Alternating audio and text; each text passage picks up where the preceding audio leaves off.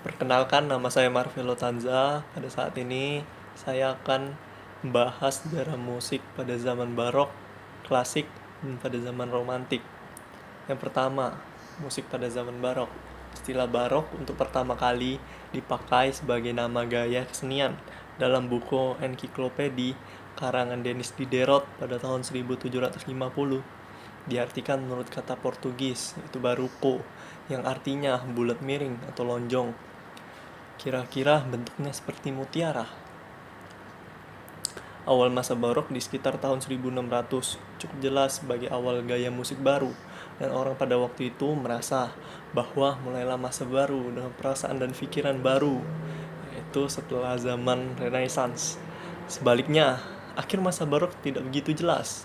Sekitar tahun 1750, akhir hidup Johann Sebastian Bach, terjadi suatu perubahan, bukan hanya dalam musik, tapi juga dalam arsitektur, seni rupa, seni lukis, dan sastra.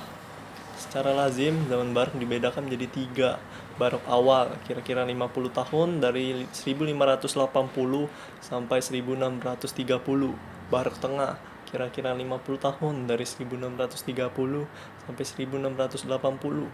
Barok akhir, kira-kira 70 tahun dari 1680 sampai 1750. Orang barok berusaha keras untuk menambah kesan mewah berlimpah-limpah. Mereka tak enggan untuk memperluas batas realita hidup dan khayalan-khayalan yang fantastis. Oleh sebab itu, barok terkenal dengan kemegahannya. Masyarakat zaman barok masih mempertahankan sistem golongan lama. Raja, kaum bangsawan, kaum rohaniawan, penduduk kota, dan petani. Musik sangat eksklusif bagi orang kulit putih. Orang yang berkasta tinggi memakai wig atau rambut palsu. Semakin banyak pelintiran wignya, semakin tinggi kastanya. Tujuan pokok musik barok untuk melukiskan afek atau perasaan. Afek atau perasaan juga diungkapkan melalui alat musik yang dipakai. Begitu juga pula dengan tangga nada yang dipilih. Dalam zaman barok, alat musik terus diperkembangkan. Bukan jenis musik, alat musik yang ditambah, kecuali piano atau hammer clavier, tapi mutu dari suara, termasuk usaha untuk meningkatkan ungkapan afek atau perasaan. Alat musik yang dipakai pada zaman barok dalam musik istana dan gereja atau musik seni biasa dipakai biola, alto, cello, lute, gitar, theorbe, harpa, cembalo atau harpsichord, organ, flute, horn, trompet, dan pauken. Dalam musik rakyat, biola sederhana, alat gesek dengan dawe bordun, gitar, hakber atau semacam sitar, maul tromel, piccolo, recorder, skalme atau semacam klarinet, krumhorn, alat tiup kayu, genderang, kastagnet, xilofon, lonceng kecil, dan sebagainya. Pada awal zaman barok, masih terdapat sejumlah alat musik tiup, pomer, fagot, raket yang kemudian lenyap, kecuali obo dan klarinet. Oratorio masa barok. Latar belakang oratorio pada awal abad 17 di Italia berkembang suatu gerakan devosional tidak terbatas pada perayaan ibadat di gereja. Untuk pertemuan, mereka menciptakan suatu ruang non-liturgis yang disebut oratorio, yang berarti ruang doa, yang dikemukakan oleh Filippo Neri. Istilah oratorio baru muncul sekitar tahun 1640. Oratorio pada masa barok yang terkenal sampai hari ini diciptakan oleh Handel dengan judul Mesia, yang menceritakan tentang Yesus pada tahun 1742. Masuk musik klasik, yaitu pada rentang waktu 1750 sampai 1820. Menurut Ensiklopedia Indonesia, klasik adalah suatu karya, umumnya berupa karya cipta di zaman lampau yang bernilai seni serta ilmiah tinggi, berkadar keindahan dan tidak akan luntur sepanjang masa. Selama abad 19, jadi biasa bahwa wafatnya Bach pada tahun 1750 dipandang sebagai era baru yang disebut klasik.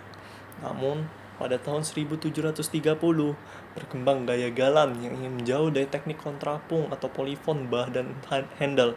Sifatnya lebih bebas dengan melodi yang enak dan ornamentik yang lebih halus.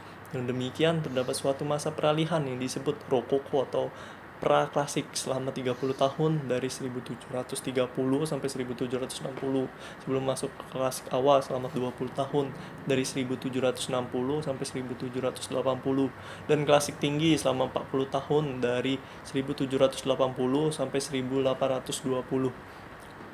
Ada berapa ahli sejarah musik yang tidak membedakan klasik awal dan klasik tinggi.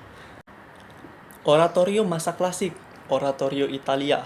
Oratorio dipentaskan selama masa Advent, menjelang Natal dan puasa menjelang Paskah. Oratorio klasik berpuncak pada dua karya Joseph Haydn berjudul Die Schöpfung pada tahun 1797 serta Die Jahreszeit pada tahun 1801 di London. Musik gereja masa klasik. Pertama, gereja Katolik. Musik gereja klasik mencerminkan suatu optimisme dan pandangan yang luas, sempat dikritik karena terlalu gembira dan terbuka untuk dunia, sehingga musik gereja klasik memiliki suatu cahaya dan devosi yang kuat. Saya akan bahas tokoh musik gereja Katolik masa klasik. Yang pertama, Haydn. Haydn mengarang 15 misa dan 3 oratorio, serta sejumlah karya rohani kecil. Haydn mulai mengarang musik untuk masyarakat. Oratorio dan misa ciptaan Haydn ditulis untuk orang biasa, bukan untuk kaum bangsawan. Yang kedua, Mozart. Mozart mengarang 15 misa. Dua misa Mozart yang tidak selesai, yaitu Requiem dan misa C minor, dan diselesaikan oleh muridnya yang bernama Sus Meyer. Selain misa, Mozart mengarang juga sejumlah motet, termasuk diantaranya Ave Verum untuk paduan suara dengan iringan orkes gesek, dan Exultate untuk solo sopran dan orkes gesek. Yang ketiga, Beethoven. Beethoven hanya mengarang 2 misa. Yang pertama ialah misa C major opus 86 pada tahun 1807, serta misa Solemnis opus 123 untuk soli, kor, orkes dan organ. Misa Solemnis ini sebenarnya diciptakan Beethoven untuk Pangeran Rudolf, seorang bekas murid Beethoven yang akan ditabiskan sebagai uskup agung di Olmütz pada tahun 1807. Yang kedua, gereja Protestan. Johann Sebastian Bach merupakan suatu puncak dalam sejarah musik gereja Protestan. Oleh sebab itu, komposisi rohani dalam gereja Protestan mengalami kemerosotan setelah wafatnya Bach. Karya rohani pindah dari gereja ke gedung konser, dan karya gerejawi menyesuaikan diri dengan tuntutan zaman. Musik organ dalam ibadat agak mundur. Nampak dalam fakta bahwa kemampuan dan seni improvisasi menghilang, dan banyak organis pada zaman itu tidak mampu lagi pakai bas kaki atau pedal. Musik piano era klasik. Di zaman klasik inilah musik instrumental berkembang dan menjadi lebih penting dari musik vokal. Alat musik yang diutamakan ialah piano modern yang disebut Hammerklavier, menggantikan cembalo pada tahun 1800. Musik kamar era klasik mendapat nama di tempat di mana dipentaskan, bukan di gereja atau di teater, tempat pentas umum, tapi di ruang khusus yang tidak terlalu besar, karena jumlah penonton musik kamar terbatas. Pada pencinta dan ahli musik, maka musik kamar umumnya diolah secara lebih teliti daripada musik orkes.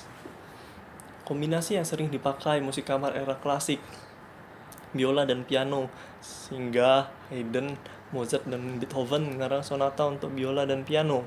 Yang kedua, trio piano, bukan 3 piano, tapi trio antara biola, cello, dan piano.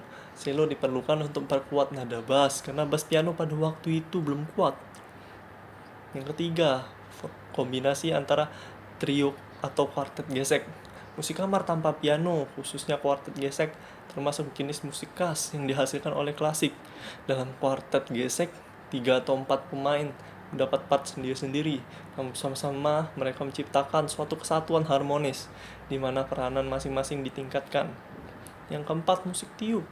Pada zaman praklasik, sonata trio biasanya ditangani secara bebas. Misalnya biola diganti flute atau fagot, dan kontrabas main bersama cello. Biasanya disebut penempatan ad libitum. Yang terakhir yaitu musik romantik, yaitu pada rentang waktu 1800 sampai 1890. Kata romantik dan romantis sebenarnya berasal dari sastra abad 18. Di awal abad 19 dipakai secara umum tanpa diberi arti dan batas yang jelas.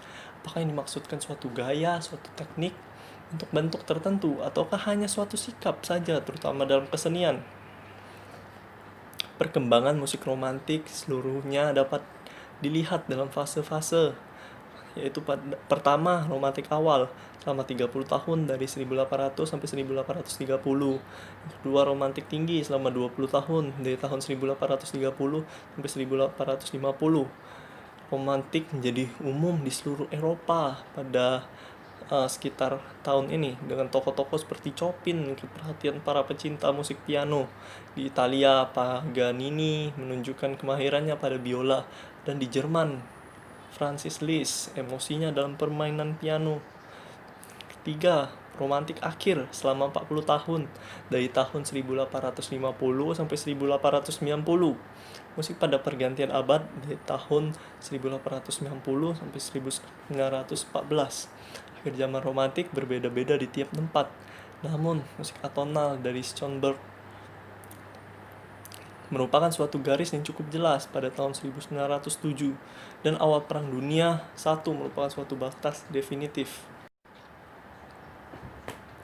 Ciri khas musik abad 19 dari segi bentuk klasik tetap dipertahankan pada musik romantik, namun ada bentuk baru seperti lagu piano yang singkat dan drama musik seperti ciptaan Wagner.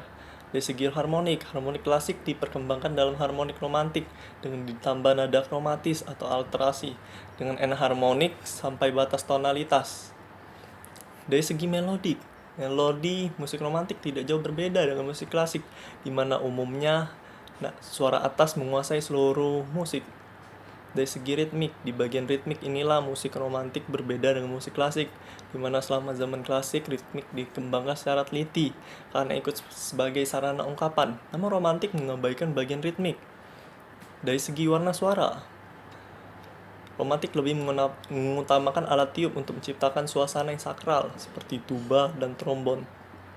Demikianlah pembahasan untuk sejarah musik pada zaman barok, pada zaman klasik, dan pada zaman romantik. Terima kasih.